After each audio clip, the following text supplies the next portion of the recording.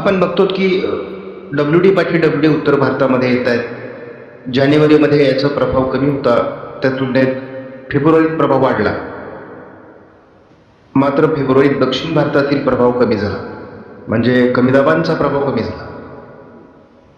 आता मार्चमध्ये सुद्धा नेमकी हवामानात काय बदल, कारण जानेवारी फेब्रुवारी तसा महाराष्ट्रासाठी कोरडं वातावरण देऊन गेलेलं आहे.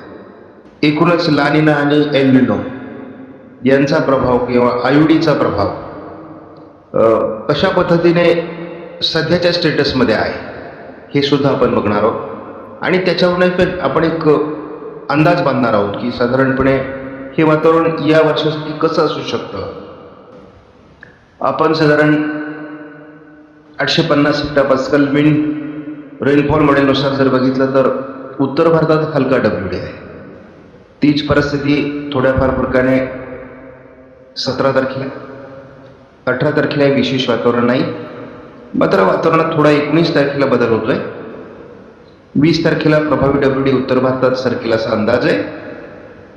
21 तारखेला त्याचा प्रभाव पूर्व उत्तर भारत असं दोन्ही ठिकाणी दाखवले. साधारण 22 तारखेला त्याचा प्रभाव पुन्हा कमी होतोय. 23 तारखेलाही प्रभाव कमीच आहे. 24 तारखेला देखील प्रभाव कमी आहे.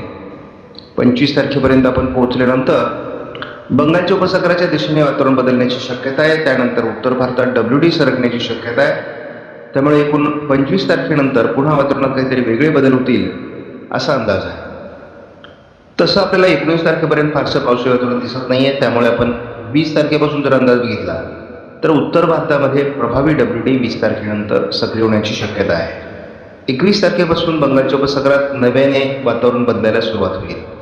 22 तारखेला आपण बघतो बंगालच्या उपसागरातील वातावरण पुढे सरकतंय. त्याच दरम्यान थोडं बंगालच्या उपसागराच्या किनारपट्टी भागात भारताच्या पूर्व किनारपट्टीला ढगाळ वातावरण वाढतंय. 23लाही यामध्ये वाढ होते. 24ला देखील बंगालच्या उपसागरातील कमी दाब प्रभावी होतोय. उत्तर भारतात WD प्रभावी होतोय. 25 तारखेला बदलत असलेलं वातावरण हे वेगळ्या प्रकारचं आहे. उत्तर भारतात प्रभावी WD आहे, पूर्व भारतात वातावरण आहे. बंगालच्या उपसागरात कमी दाब तीव्र होतोय आणि हा मोठ्या कालावधीनंतर होतोय. आपण 26 तारखेला बघतो जवळपास अर्धा बंगालचा उपसागर या कमी दाबाने व्यापलेला असणार आहे. उत्तर भारतात अतिशय प्रभावी अशा प्रकारचे WD सुरू होत आहेत.